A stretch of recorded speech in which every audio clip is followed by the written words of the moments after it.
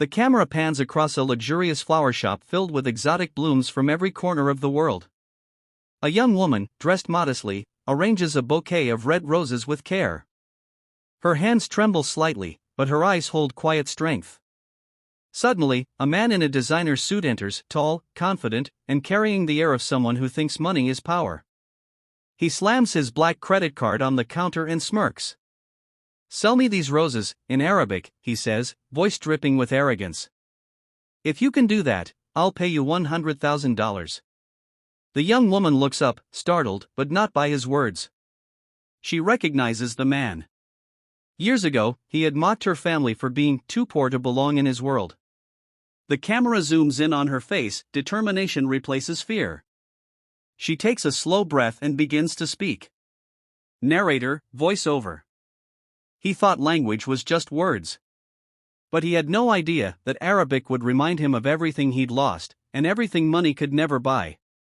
Amira worked at Bloom and Grace, a small flower shop tucked between towering glass buildings in the heart of Dubai.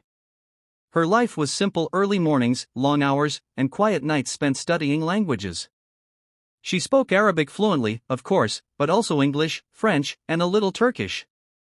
Her dream was to one day open her own shop, one that would honor her late mother, a florist who used to say, "Flowers speak every language if you listen with your heart." But life hadn't been kind. Her father's business had collapsed years ago, and Amira had been forced to quit college to help pay the bills. She worked humbly, never complaining, always with a gentle smile for every customer. Then, one morning, the doorbell chimed and her world tilted. A tall man walked in, wearing a crisp navy suit and gold cufflinks that shimmered under the lights. His presence commanded attention.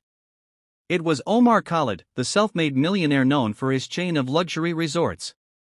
His name was always in the news for success, arrogance, and the way he never forgave weakness. He approached the counter, scanning the roses she'd just arranged. "Beautiful," he said with a smirk. "Almost as if they were grown to impress me." Amira smiled politely. "They're meant to make anyone feel special, sir." His eyes glinted with mischief. "Tell you what," he said, pointing at the bouquet. "Sell me these roses, in Arabic. If you can do that, I'll pay you $100,000. The shop went silent. Customers glanced around, whispering. Everyone knew Omar, and everyone knew he loved turning moments into mockery. Amira's heart pounded. She could easily do it, but she could sense there was more behind his challenge. She asked softly, "And if I can't?" He shrugged. "Then you'll learn there's more to the world than pretty petals and words." Something in his tone, cold, cruel, triggered a memory. She remembered being 15, her father pleading with Omar's company for a small contract to save his flower business.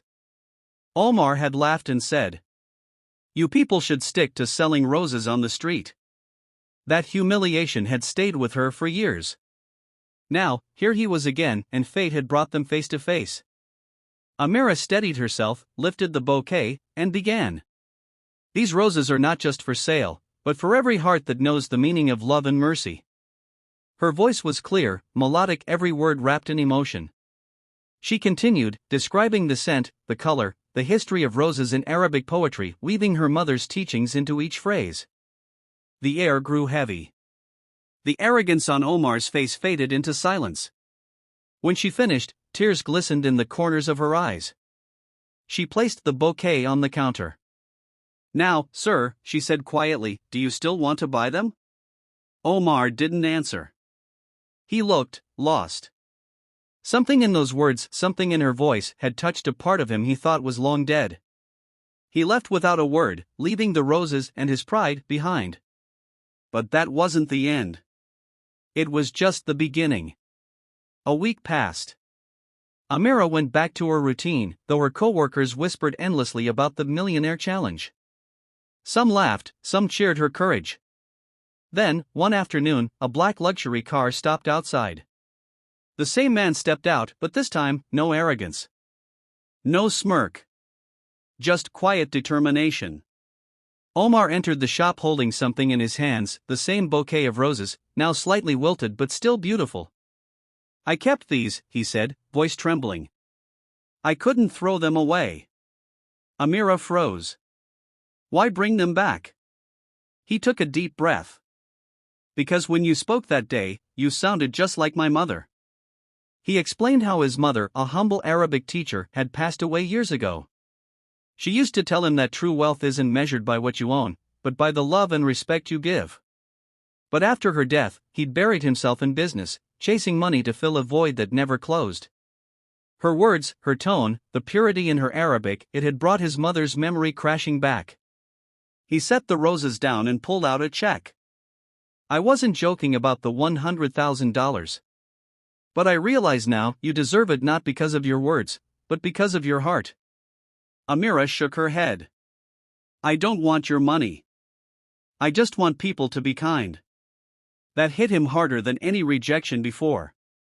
For the first time, Omar smiled, genuinely. A few months later, something incredible happened. Omar invested in a new project, a chain of flower shops across the Middle East named Amira's Grace. He made Amira the creative director and ensured her family never struggled again. At the grand opening, standing before cameras and guests, he said, "She reminded me that languages can touch hearts and that humility is the richest language of all." As the crowd applauded, Omar placed a single rose on the counter, the same way she had, months ago, and smiled. "Sell me this one," he whispered, "but this time, just tell me what it means." Amira smiled softly. "It means forgiveness," she said. And the camera slowly zoomed out, the soft glow of roses filling the frame as the narrator's voice concluded. Sometimes, the richest people are not those who buy the most, but those who learn the value of what money can never buy: respect, humility, and the language of the heart.